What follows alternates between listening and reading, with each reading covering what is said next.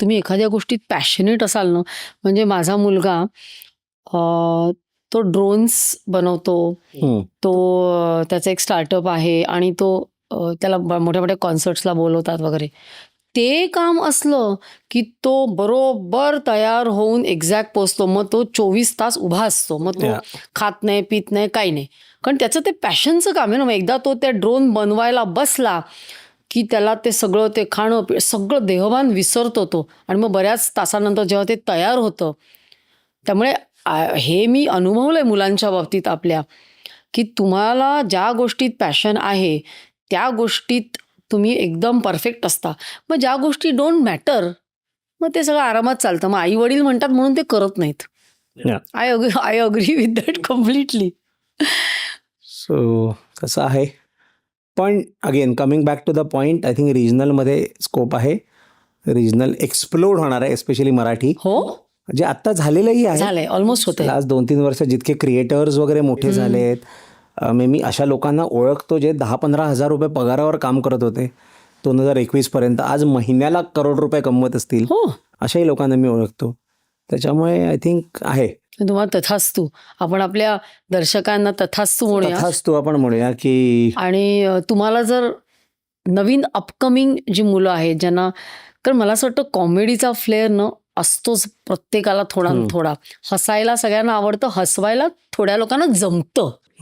म्हणजे if I could, even I would like to make people laugh, पण I would rather sit in the audience and laugh, नाही का. तर तुम्हाला मी असं म्हणते की तुम्ही एक थोडंसं काहीतरी आपल्या यूथला विशेषतः, कारण they want to make a career out of it. जसं तुम्ही सांगितलं तसं काहीतरी एक 2 लाईनर्स सांगा. म्हणजे हा सेकंड लास्ट क्वेश्चन, शेवटच्या याला मी येते.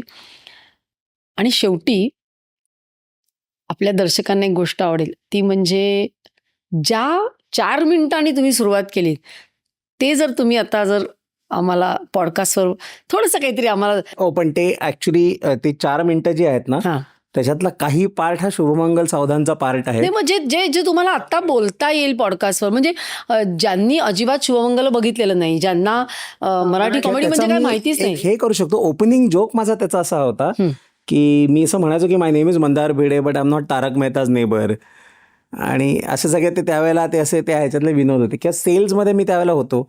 सो माझा एक सेल्सवरती माझा एक बिट होता की त्याच्यात असं हे असायचं की सुरुवात तुम्ही जेव्हा करता तर तेव्हा असं होतं की सेल्समध्ये तुमचे टार्गेट्स दरवर्षी वाढतात, पगार नाही वाढत दरवर्षी.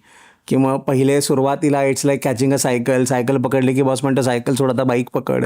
मग बाईक पकडली की म्हणतो बाईक सोड, आता गाडी पकडली की म्हणतो आता प्लेन पकड. असं सगळं आहे. आणि मग असं होतं की सेल्समध्ये काही असं हे नसतं, म्हणून मग मोटिवेट करायला दरवर्षी थायलंडला घेऊन जातात 1 वीकसाठी. आणि मग तेही तुम्ही घरी सांगू शकत नाही, म्हणून मी नेहमी जातो तेव्हा घरी सांगतो की I am going to Jim Corbett national park. तिकडे 1 आठवड्यात नेटवर्क नसेल जंगलात, म्हणून फोन करू नका.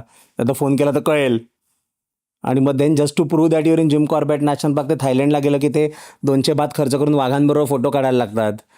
आणि मग ते होतं की थायलंडचे वाघ पण झाले इतके छान ट्रेन झाले, आपल्याबरोबर फोटो वगैरे काढतात, पोज वगैरे करतात.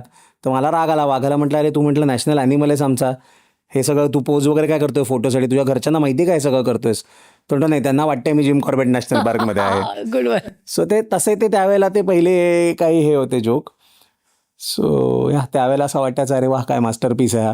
पण ते इव्हॉल्व्ह होतं. I think it's a evolving process. तुम्ही 2 वर्षापूर्वी जसं काम करायचा विथ टाईम तुम्ही बेटर होत जाता. सो ते पहिल्या शोचे आय थिंक असे काही हे होते बिट्स. आणि coming back to the first part of the हे, मला हेच वाटतं आहे की तुमच्या प्रोफेशनमध्ये, स्पेशली क्रिएटिव्ह प्रोफेशनमध्ये, you need not be best at your job when it comes to having inherent talent. की मला असं वाटतं की प्रॉबेबली आज मी नाही आहे the best joke writer in the industry. माझ्याहून चांगले जोक लिहिणारे आहेत, पण ना त्यांनी एखादाच लिहिला आहे. मी मे बी 70-80% फनी जोक्स मी भरपूर लिहिलेत. So the system doesn't necessarily reward the most talented, but the system definitely rewards the most hardworking and the most consistent. So consistency आणा. कारण हे असं नाही आहे की तुम्ही you are not a 1 video wonder, you are not a 1 season wonder. हे मी 9 वर्ष झाली करतो आहे. मी आत्ता 40 वर्षांचा आहे. मला हे ॲटलिस्ट 55 वर्षाचं होईपर्यंत करायचं आहे. So by the time I'm done, I would have done this for 24 years, 25 years. So you are in it for the long haul. So keep constantly working at your craft. Keep constantly trying to get better at it. आणि तरच तुम्ही पुढे जाल. कारण एक tour झाली, आता Shubhmangal सावंतांची tour माझी झाली आहे. Next time I go to the US, obviously I will do more cities, obviously I will charge more, but the expectations are also very high now. So जसं ते क्लिशेड एक लाईन आहे की व्हिडिओ गेमच्या प्रत्येक लेवलनंतर complexity वाढत जाते. So don't be happy that you have cross the first level. Stress घ्या की आता पुढची लेवल कशी टॅकल करणार आहोत. So I think that is the हे key, but that will come with consistency. If you are consistent enough, ती प्रोसेसच तुम्हाला आपोआप गाईड करत जाईल की पुढचं कसं बेटर होईल आपोआप. सो रोज करत तर राहा, त्याला there is no alternative. And same goes with रोज डॉक्टर्स. करा की रोस्ट करा. रोज हे करत राहा, म्हणजे ही प्रोसेस रोज करत राहा, रोस्ट नाही.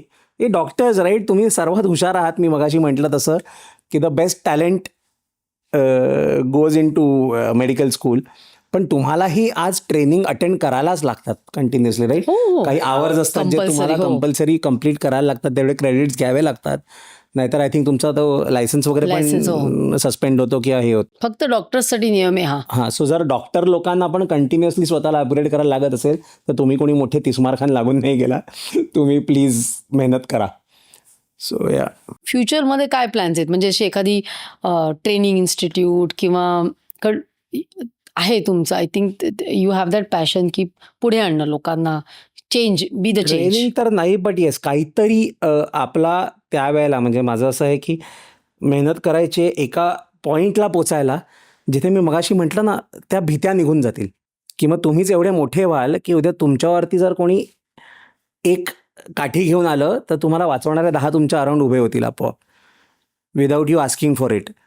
तसे जेव्हा स्टॅचर होईल तेव्हा मग ते यूज करून काहीतरी एक, आपण हे म्हणतो ना, विदाऊट एनी एक्सपेक्टेशन्स एक सोशल सर्व्हिस करायची इच्छा आहे. की something that will be without having any expectations, meaningful, ज्यांनी ॲक्च्युली बदल घडेल. And it need not be something as असं ड्रामॅटिक ॲज जे टिळकांनी केलं किंवा सावरकरांनी केलं. छोट्या छोट्या गोष्टी पण, की बाबा मुंबईतले रस्ते छान झाले किंवा लोकांनी कचरा टाकणं बंद केलं, की बाहेरून कोणी आला तर म्हणतील अरे वा किती स्वच्छ देश आहे किंवा स्वच्छ शहर आहे. इवन तेवढं जरी झालं ना तरी असं मला वाटतं it will be a very हे. कारण मला आज अजूनही एक हे वाटतं, आय थिंक हे तुमच्या माध्यमातनं तुम्हाला करता येईल, because you are the more you are somebody is more closely associated with it. की आज मगाशी मी म्हटलं तसं KEM हॉस्पिटल दयनीय अवस्थेत आहे. गव्हर्नमेंटच्या शाळांमध्ये तुम्ही जा, खूपच वाईट इन्फ्रास्ट्रक्चर वाईज गोष्टी आहेत. आज आय थिंक लोकांनी प्रश्न विचारायला सुरुवात करायला पाहिजे की हेल्थ मिनिस्टर, ज्याची जबाबदारी आहे हे सगळे हॉस्पिटल मेंटेन करायची, हा आजारी पडला तर हा KEMला का जात नाही, हा लिलावतीत का जातो? दॅट मीन्स तुम्हाला माहिती आहे KEM is not up to the mark. KEMचे डॉक्टर्स वाईट आहेत का? अर्थात नाही आहेत. KEMचे डॉक्टर्स बेस्ट आहेत जगातले किंवा भारतातले तरी ॲटलिस्ट, राईट. टाटातले डॉक्टर्स बेस्ट आहेत. आज कॅन्सर पेशंट कोणी असेल टाटामध्ये जातातच कन्सल्टेशनसाठी. बट तुम्ही टाटात का ॲडमिट होत नाही? कारण तुम्हाला माहिती आहे तिकडच्या फॅसिलिटीज केळसवाण्या आहेत. गरिबांकडे चॉईस नाही म्हणून त्यांना जावं लागतं तिकडे. सो असं जेव्हा लोक डिमांड करतील ना की हेल्थ मिनिस्टरनी KEMमध्येच ॲडमिट व्हायला पाहिजे, त्याच्या मुलांनी त्या दीक्षित रोडच्या शाळेतच पार्ल्याच्या कॉर्पोरेटरच्या मुलांनी जायला पाहिजे. I am saying Dixit road because that is in your where you grow up. आज त्या शाळेत तुम्ही पाऊल ठेवू शकता का? राईट. ह्या सगळ्या गोष्टी जेव्हा आपण हे करायला लागू ना तेव्हा मग कोणाची गरज पण नाही पडणार. आपोआप हे सगळे, मी जर मिनिस्टर असेल ना त्या भीतीने मी ते KEM 5 स्टार बनवून टाकेन की कधीतरी मला तिकडे ॲडमिट व्हावं लागेल, किंवा मी ती शाळा एकदम वर्ल्ड क्लास करेन, कारण मला माहिती आहे 4 वर्षांनी माझा मुलगा शाळेत ज्याच्या वयाचा होईल मला त्याला तिकडे टाकायचं. बस ह्या अशा 2-3 गोष्टी जरी लोकांनी प्रेशर टाकायला सुरुवात केली ना आपोआप सगळ्या गोष्टी. मी सांगतो मुलांना चांगलं तुम्ही एज्युकेशन दिलं आणि तुमच्या पेरेंट्सनं, जे पेरेंट्सचे आपले जनरेशन येतात, चांगलं तुम्ही हेल्थकेअर द्या, I think your life will automatically become very rewarding आणि व्हेरी सॅटिस्फाईंग.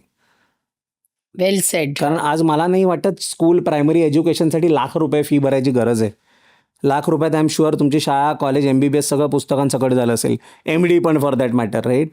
हे बिझनेस जो झाला ह्या सगळ्या गोष्टींचा, ह्याचा मला खूप एक राग येतो की education should not be a business, healthcare should not be a business. बाकी सगळ्या गोष्टीत तुम्ही घ्या पैसे, मला चालेल. टोलचे पैसे घ्या, इन्कम टॅक्स स्लॅब 30-40% करा, मला चालेल. टी व्ही महाग करा, सबसिड्या हटवून टाका पेट्रोलच्या, मला सगळं चालेल. बट कारण काय होतं ना, एज्युकेशन ऑब्व्हियसली, कारण तो सगळ्यांचा हक्क आहे. आज गरीब लोक आपल्या मुलांना नाही चांगल्या शाळेत पाठवू शकत. हेल्थकेअर एक तर बेसिक गरज आहे ही. आज नाही